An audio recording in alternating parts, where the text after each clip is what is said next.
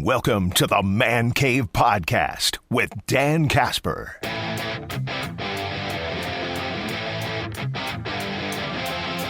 All right, let's talk college football here this morning. Bringing in Mr. R.J. Cardinal. Good morning, sir. How are you on this fine Tuesday morning? Pretty darn good, but I'm not sure I want to talk anything about a depth chart with Wisconsin. Yeah. Last week you asked me about Tucker Ashcraft, and now he's done for the year. Yeah, right. No, I mean that's we're not gonna jinx it anymore. How about that? Yeah. So let's just talk about Michigan getting a slap on the wrist. Right. Yeah, definitely. Or how about this report out there about this college football playoff expansion from the Big Ten, 24 to 28 teams. Did you see this ESPN report from a few days ago, man? I did see that, and I've heard some rumors from people about 24 being a real possibility, and the Big Ten being the first conference to move away from the NCAA. Yeah. So, yeah, and there's some interesting team names out there. Yeah.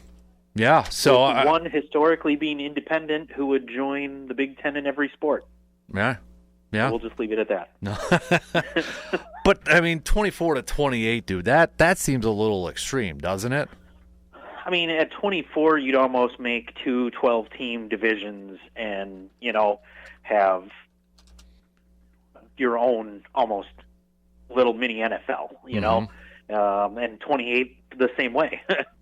Whichever way you want to break that out, you'd have two divisions, and however that breaks out, it breaks out. But that's the first step towards somebody looking at moving away from the NCAA and being able to govern themselves in whatever way, shape, or form they want to. But yeah, it's something that it's been getting moved towards ever since the NCAA really didn't know how to handle NIL in the simplest way possible and just kept putting it off rather than trying to make anything happen. So, yeah, I mean, we know conference realignment's about the money. The more money you can bring in, the more you're going to have to divvy up to your schools.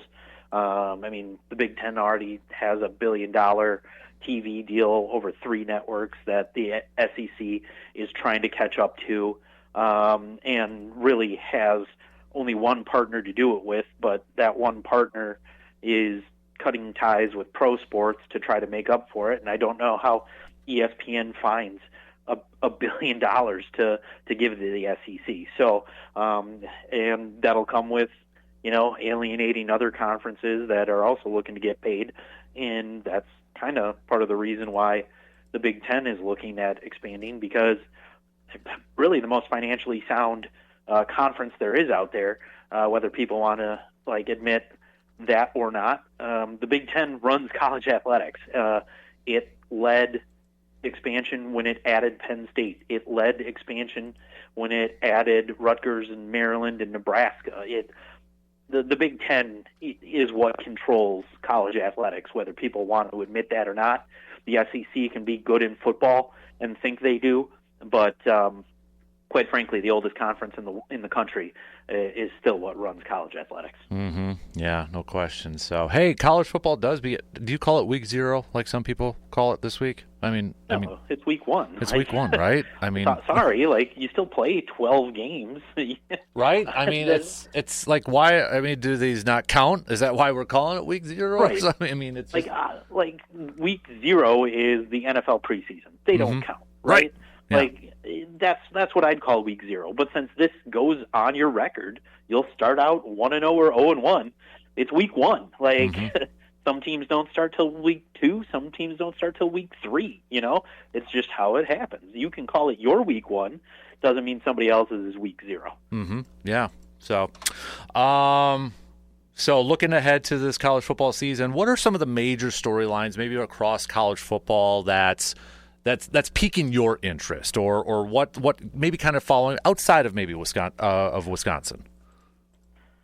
It's really just the follow-up to what we saw last year. Some of these programs that surged when they had a coaching change, like Indiana. And I mean, I know it's Big Ten, but still, teams like that where there was a major rebound, and then, I mean, you had people start throwing money, not just at basketball there now, but football, and seeing what Indiana can buy, because quite frankly, they have a lot of rich people who are alumni there as well, and seeing what can kind of happen there in year two after, Cignetti brought over pretty much his whole James Madison team, and as well as some other key people who helped them propel them on a week schedule, and got them into the college football playoffs. So it's kind of flushing out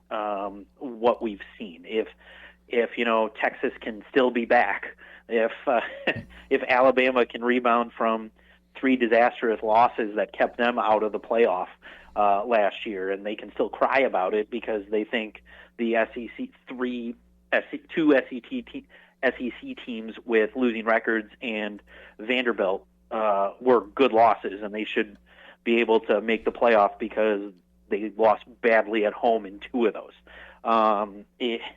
It's really, it's the carryovers, even though it's a new season, and it still flows in that sort of way. But I mean, you start anew, especially in this day and age.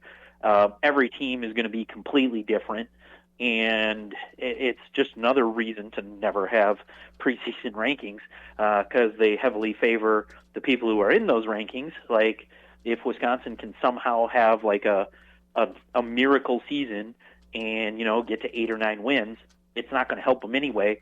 I mean, it could, because they have one, if not the hardest schedule in the country.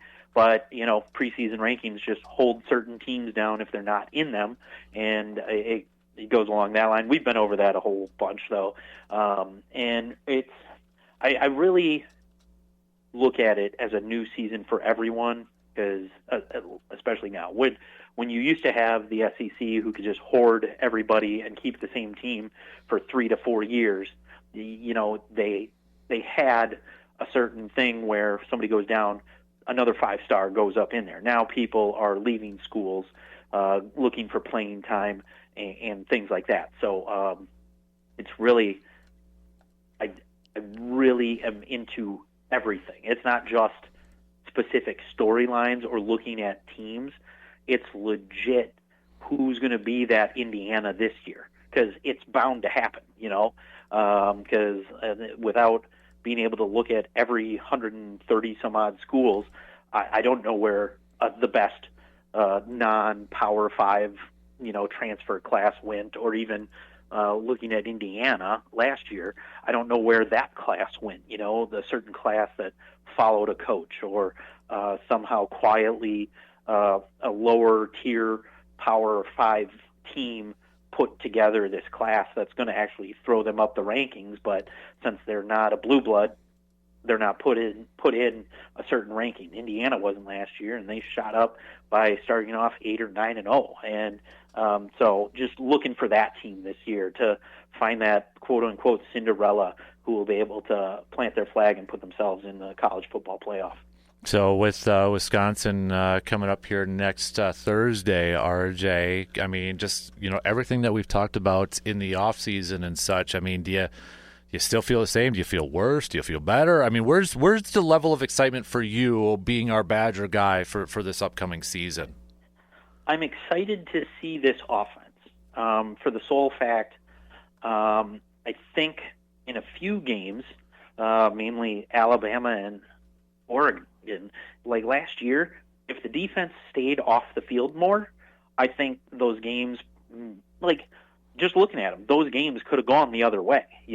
It's not like those two teams outclassed us, but I think if the defense had a little more rest, we're looking at maybe some different outcomes in those 2 games. And that's just looking at those specifically. Throw Iowa out of there because Tressel didn't know how to change up to prevent the run from happening. And even after the game, I feel like he should have been fired right away as soon as he said, well, we had to respect the pass. No, you didn't. They weren't going to pass on you. They made 1 pass in the second half, and it was in the 3rd quarter. Sorry, that was a fireable offense. But if you have done what you said you did, and you're going to have an aggressive defense and be able to put up multiple fronts to be able to stop different things, I think a well-rested defense who now has about 6 D linemen they can go deep, so they actually brought in bigger guys to be able to help stop that run. I don't know how that's going to be effective in a 2-4-5.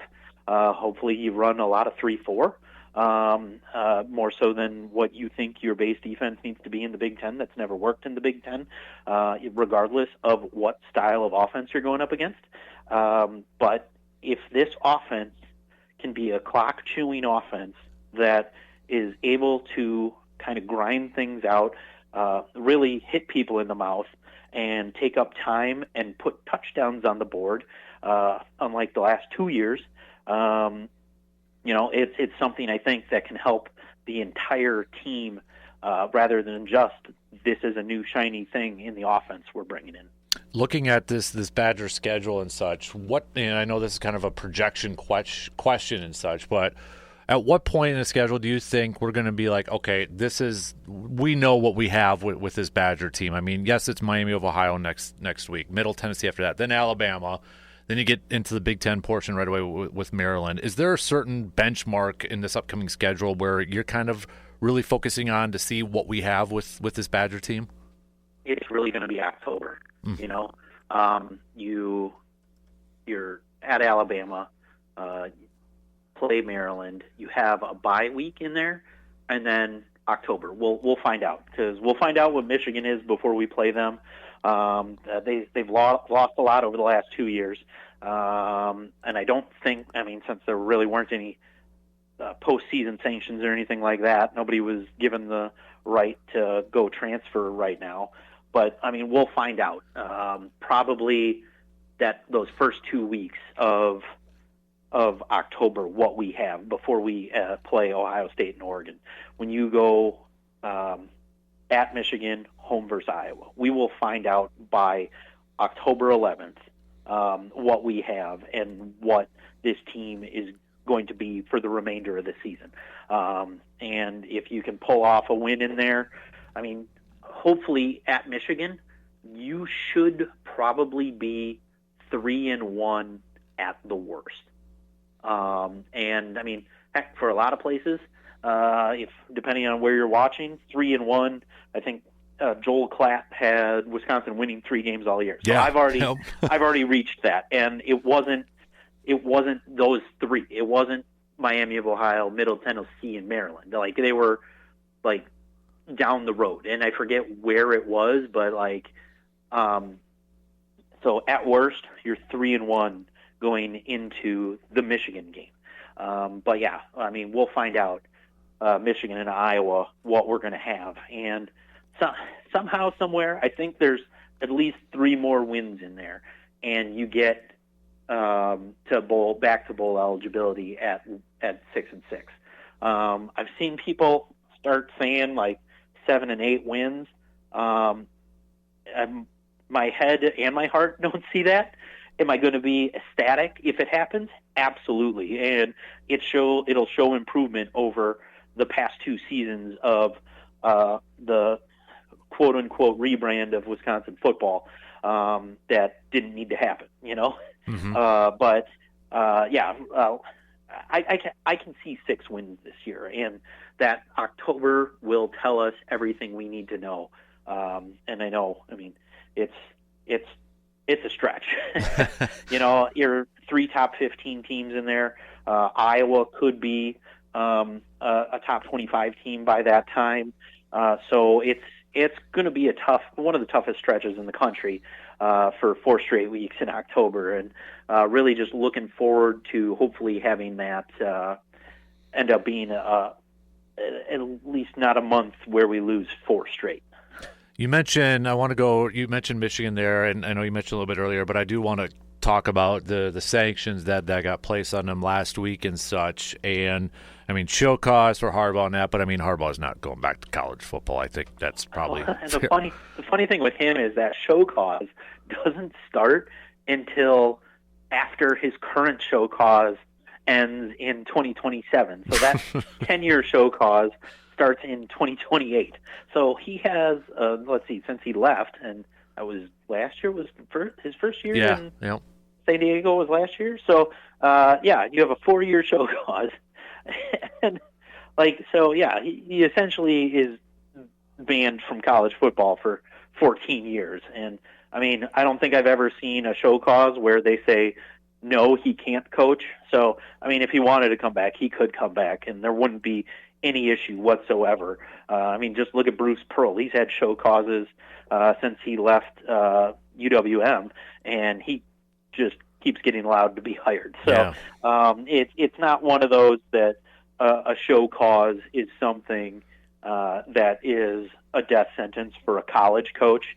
I mean, heck, even Connor Stallions, who had this elaborate scheme and all that, and admitted to it to the NCAA. They got broken down how it happened, and he still got 8-year show cause. So I mean, that could still be one where he gets to go and coach somewhere and he wasn't even a coach technically. But yeah, so it's only a monetary fine. No wins were taken away. I mean, the whole thing with Penn State, where you look at what happened there, not trying to compare a huge child sex scandal to what happened here, but off-field stuff that didn't affect players and all that, wins got taken away from that, which doesn't make sense. Postseason ban for that, and all that. Whereas here, where something directly contributed to football wins, didn't get wins taken away, didn't strip a national championship, and really didn't affect anything along the lines of affecting the program moving forward. Because none of the people, they say none of the people involved are still there. Oh yeah, as Sharon Moore has a show cause penalty for deleting texts and being complicit within the scheme. Yet he's still allowed to coach Michigan and only has a 2-game ban. Whatever this 3-person crew did makes absolutely no sense, because they didn't want to punish the current players who had nothing to do with it. There are still players from the national championship team that are on this roster. They were complicit as well, whether they know it or not. There should be a postseason ban here, but it's Michigan, and I think they're trying to protect the brand a little bit more than anything. And, I don't think we'll ever see a death penalty ever again because of what happened at SMU, which now is all completely legal. So the death penalty really made no sense for them. But, it's just crazy to see after a couple of years of investigation, basically Michigan admitting to what happened. And now they were just like, no, here, just a few tens of thousands of dollars in fines that you got to pay and all that, and we'll be okay. Mm-hmm. Yeah. So, I mean, this whole show cause thing, I mean, I understand why it was first put in place and such, but I mean, is it really even effective anymore in college sports, RJ? No, absolutely not. Like we just said, look at Bruce Pearl. Right. He's been hired every stop he's made, and within show cause periods, and nobody has said, no, you can't hire him, because all you have to do is prove he's not doing it anymore. Well, when you take a couple of years break from coaching, of course you're not doing it anymore because you're not coaching. And, I mean, so, it's really arbitrary on what they look at. And I guarantee if Wisconsin would try to hire somebody under a show cause, they'd say no, because that's how it always turns out with people who transfer in and things like that, and players-wise. But it's for the players. Don't worry about it. But yeah, so show cause is just a fancy word for saying you're suspended until somebody wants to hire you again. Right. Yeah. So, oh man, RJ, good stuff, dude. Hey, next week we get to talk Badgers in Miami of Ohio. The University of? Pumped. Oh, go ahead. Kind of pumped. We weren't doing that this week because I was doing depth chart stuff, but I really didn't want to talk about it after last week, where we seem to talk about, hey, maybe things will happen, and then they happen. And I mean, it went the wrong way for us last week. So. It did. So we'll save that for next week until we get to the game. So there you go. But hey, I mean, at least we got a top 25 ranked game this weekend, right? I mean, got Kansas State's going in action against Iowa State. So yeah, what they call that one, Farmageddon. I think they call that one. So it's one of those, conference rivalries that has a good nickname for it. It does. But, yeah. So looking forward to football this weekend. I'm actually going to be heading up north to a cabin and watching it from somewhere in Shawano, I think. So, Okay. Hey, yeah. But yeah, looking forward to relaxing and watching football this weekend. Awesome. Good deal. Well, hey, we appreciate the time, buddy. Happy college football season, start of the college football season, and I can't wait to deep dive into games with you next week, bud. Sounds great. We will talk to you then.